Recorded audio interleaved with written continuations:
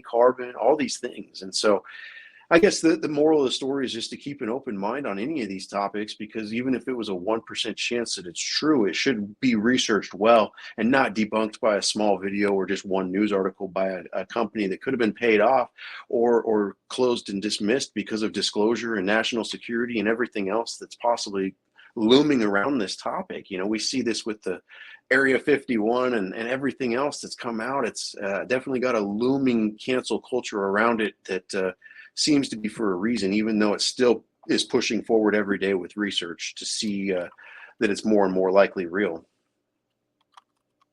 Right, exactly. And I paused it here just to show another one of these artifacts, this being full rock carved, not just skull, but it's also a flute, and it's tuned to some of the solfeggios or something, you said?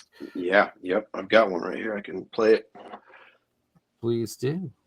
This one's even bigger here. This one right, so you got a couple of these, and they're not just carved elongated skulls, they're also perfectly toned flute.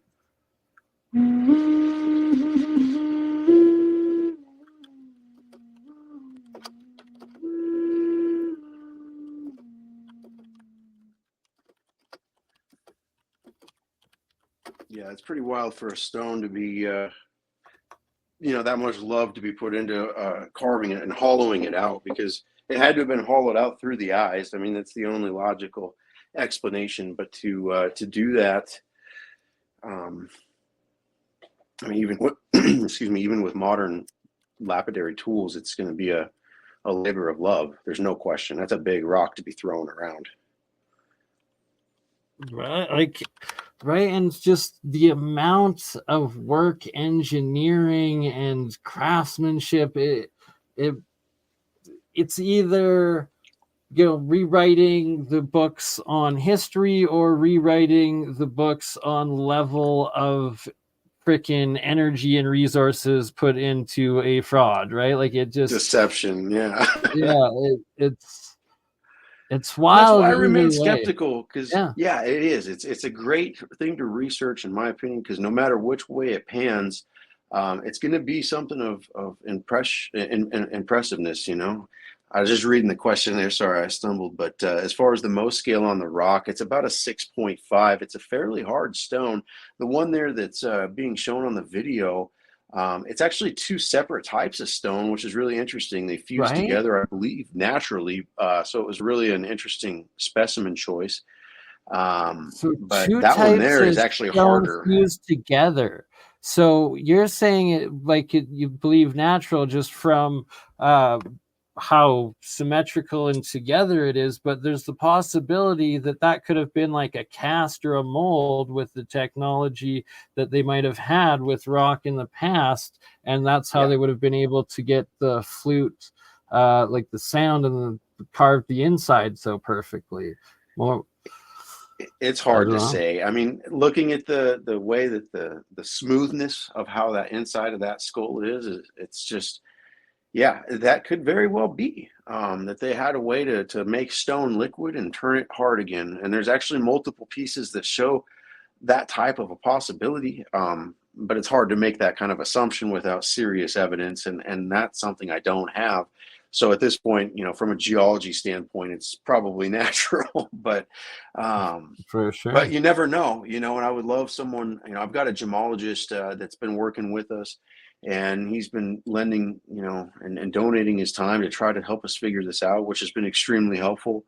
And but I hope to find other people, more geological experts. Scott Walter is a geology guy, but even that's above his pay grade. He said he doesn't have the answer to that, and so it's really going to take a specialist to give us some of these answers, especially with the luminescence. The luminescence is a whole nother thing that is so hard to find someone that knows a lot about that. And actually, are you able to do a little demonstration? Do you have some artifacts in your UV light around by chance? Of course. For those that don't know, and also you don't mind telling the story that it was actually you that discovered that the artifacts were glow in the dark and luminescent. Not, it was never sold to you as that. You had already acquired a bunch of them and then found it out yourself, correct? Yeah, exactly. So I'd gotten some pieces from Abuelos de Jalisco, and my good buddy Rick, he had mentioned that he had seen these things glow before. Well, the pieces from Abuelos de Jalisco, I'm going to show you one here. They don't necessarily glow like you would think. You see that? How it's just for a brief second. Now, this is a super powerful black light. So most black lights will not see this. And so, I saw this, didn't believe this. And so we'd bought in quite a few more pieces. We got some from Tula Hidalgo, and you can see how these things light up much differently. And so my wife, she blows glass, and we had this black light on the table, and she hits her Illuminati, glass that has like the uranium in it. And all of a sudden we see this piece start glowing. And so we went back and checked, and then all of a sudden we noticed that, whether it be the phosphorescence like I showed at the beginning from Abuelos, or the luminescence that you're seeing now, this is a commonality that all these pieces almost have, one way or the other. And like the yellow, the green, the blue, the red in the, and some of it even changes colors, like right, like that's impressive. Very impressive. Like, I don't even know like where. I'm sure you could probably find like the ink technology to replicate that today, but I don't even know. I don't even know if you could, like, from well, my I've own tried. experience, right? I've tried. I made some replicas out of I made silicone molds, and then the replicas were out of resin. And we wanted to see, if we really wanted like the sundial and some of these pieces, just as a backup so people could study, and then obviously the star maps as well. And they're not radioactive, to answer the question there. There's whatever is causing it is like a copper or zinc based, but some of it's like a paint. Some of it you can't see. Like, I'll show you an example here. Like this eye, you can't really tell that it has anything on it, but it absolutely does. And it doesn't wash off. We found pieces that have been found in the rivers and whatnot that go through Tula. I had a chessboard that was wet for 2 years after I bought it. It weighs 145 pounds, probably less now that it's dry. But nonetheless, the glow is still vibrant. And so the way it's applied is sometimes it's like a paint, sometimes it's like a putty, and then in other times it's like an invisible, it's definitely applied on there. You can see there's almost like coagulation marks or areas where it like joined together or something. But yeah, it's still quite a mystery of exactly why they would do this 10,000 years ago, if that's how old these pieces are. What would motivate someone to put that much love and effort into making something glow like this?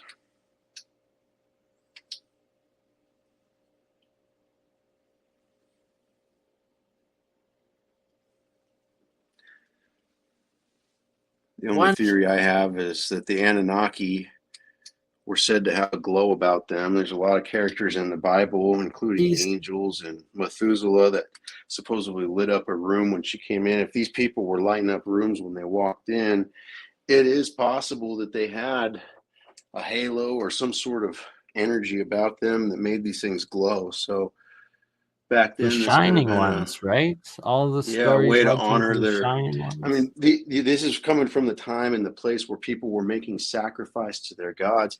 People were banding their heads and making them long to resemble their gods. Well, here's the gods that they were resembling and doing this stuff for. You know what I mean? Like, this is